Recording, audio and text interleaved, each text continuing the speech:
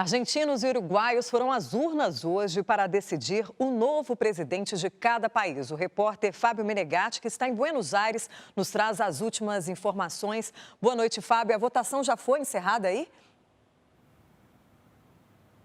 Boa noite, Patrícia. Boa noite a todos. As urnas foram fechadas às 6 horas da tarde e até agora mais de 80% dos votos já foram apurados. E a expectativa é de que daqui a pouco o resultado oficial seja divulgado.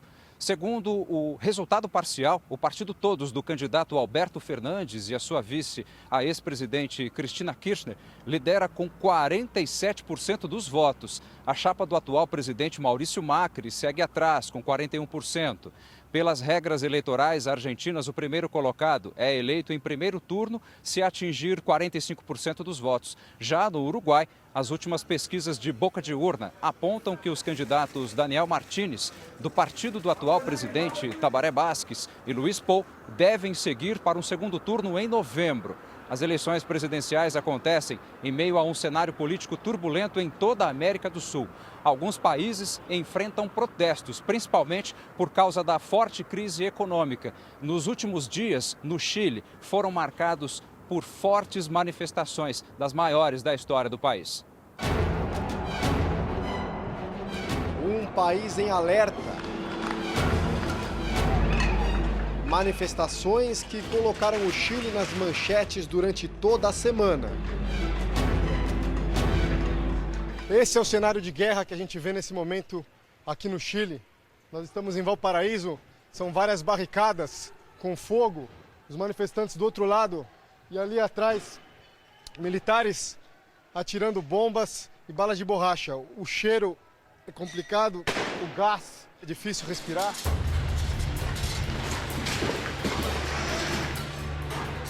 E olha lá, tá chegando pedra aqui. É pedra de um lado, bomba do outro. O plano do governo era aumentar a tarifa do metrô. A população não aceitou e foi às ruas. Mas o governo decidiu dispersar a multidão. Chegou a polícia e agora o negócio vai ferver aqui. O repórter Leandro Santana também acompanhou de perto.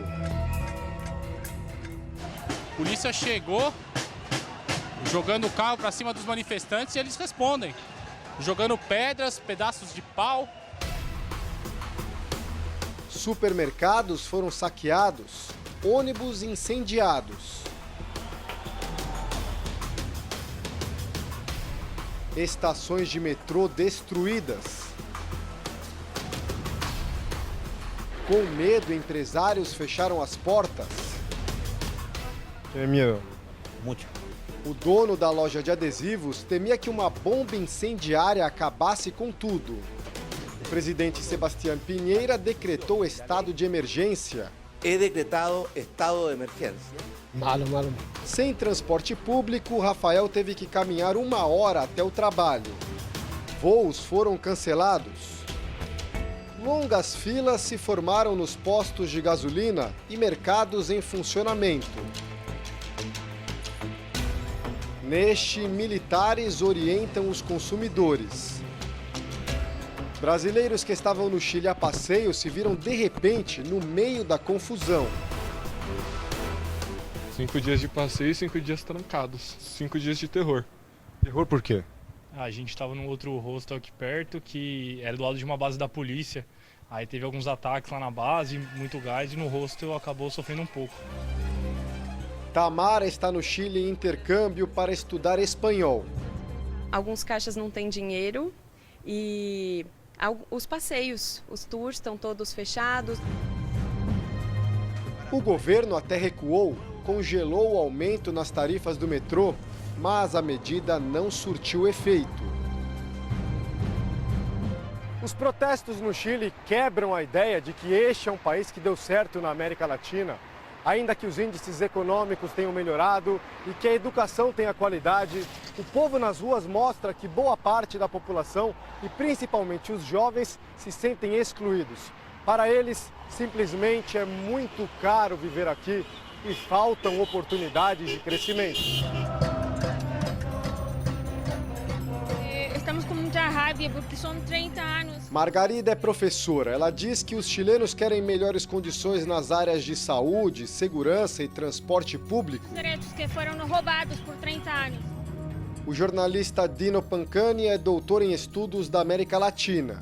Ele diz que a economia vem crescendo, mas acredita que foi criada uma ilusão de que o país era modelo de desenvolvimento. Os sueldos estão estancados há muitos anos. Afinal, os salários estão congelados faz muitos anos e o custo de vida está cada vez mais alto. Um dia depois do início dos protestos, o governo decretou toque de recolher pela primeira vez desde o fim da ditadura Pinochet. Só podiam circular aqueles que tinham salvo-conduto e nossa equipe foi parada numa blitz. Eu vou mostrar como é que funciona. Olha lá. Te dá o salvo-conduto para o pessoal do Exército, né? Ele pede identidade. Opa, tudo bem? Ele pede identidade, ele confere ali para saber se a gente está dentro da lei. Ele vai ver que a gente tem a permissão, que a gente pegou da comissaria, que é como se fosse uma delegacia de polícia do Brasil, né? Ele devolve, agradece e a gente vai embora.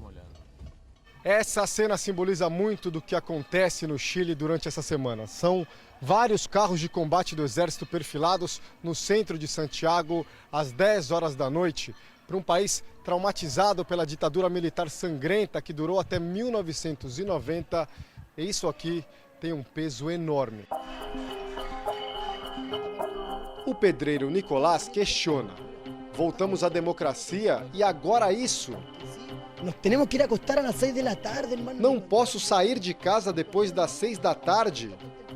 Estão perseguindo e matando gente porque estamos protestando, denuncia ele.